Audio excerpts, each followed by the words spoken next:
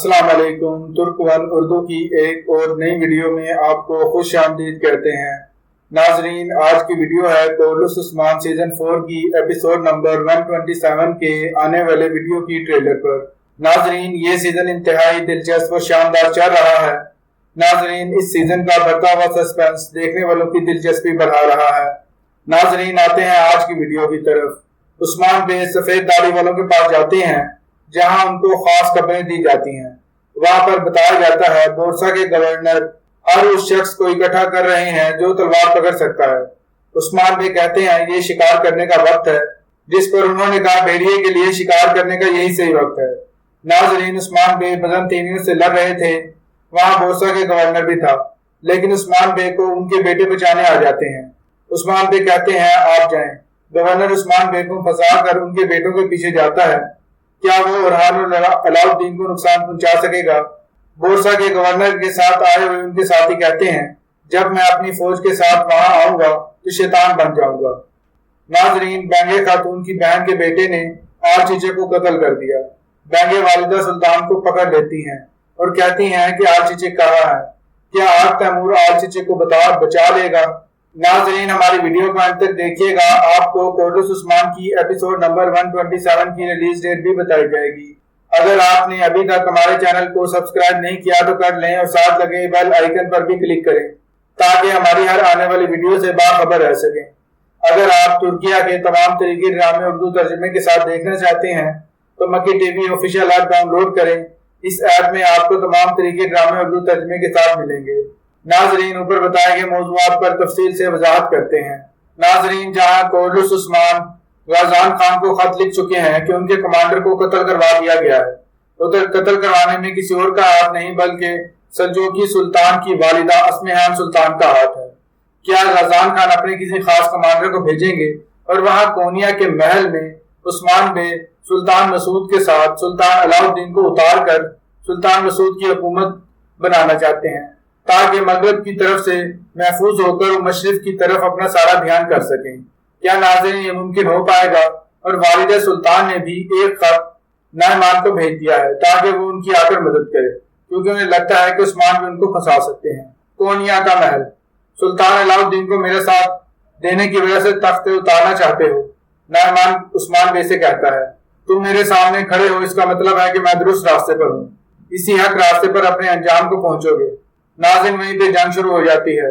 عثمان بے اور نعمان آپس میں لڑتے ہیں، سپاہی بھی آ کر آپس میں لڑتے ہیں۔ ناظرین، ایک طرف نعمان تو دوسری طرف والدہ سلطان ہوتی ہیں۔ تو ناظرین، والدہ سلطان کو ایک زخم لگتا ہے۔ والدہ سلطان کو زخم عثمان بے کی تلوار سے لگتا ہے۔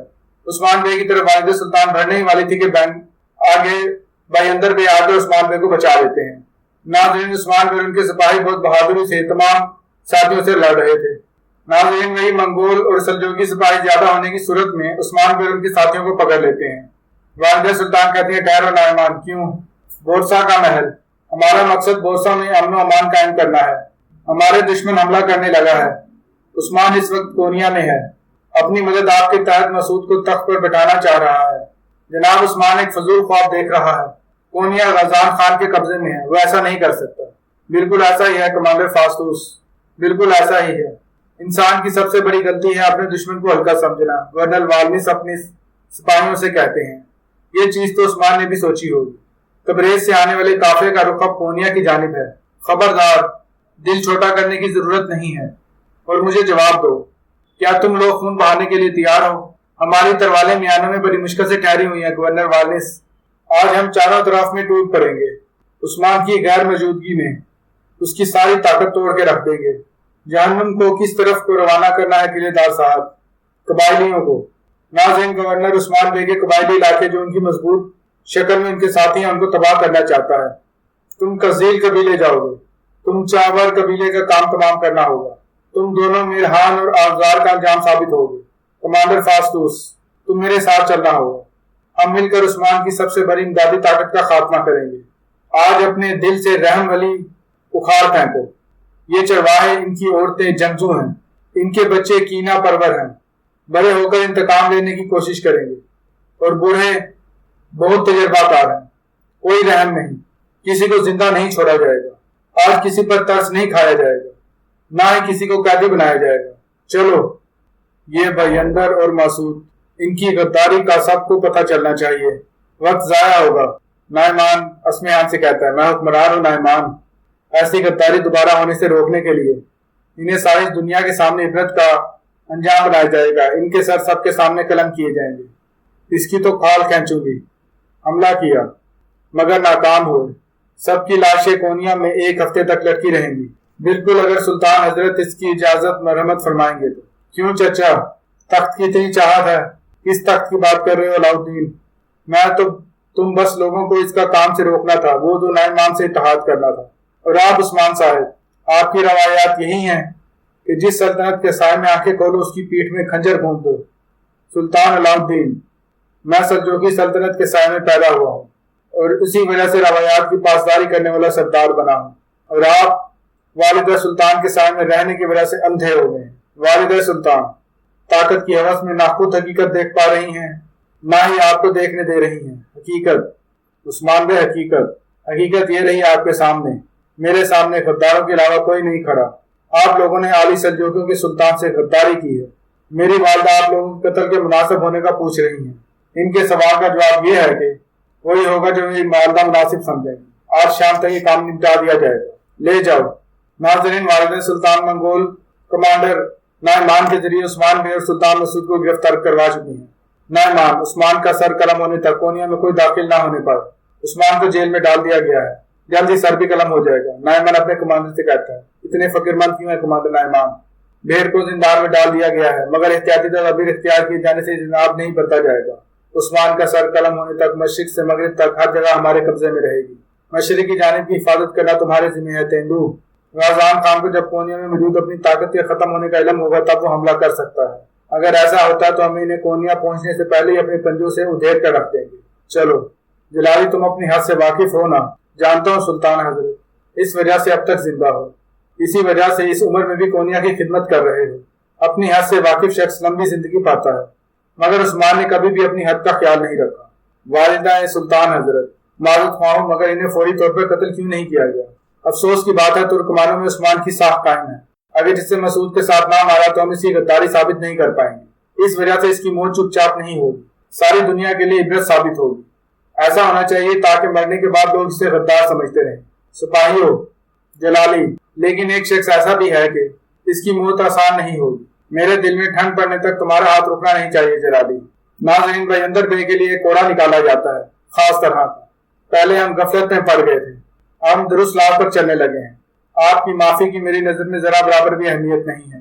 بس جانب حق اللہ معاف کر دے۔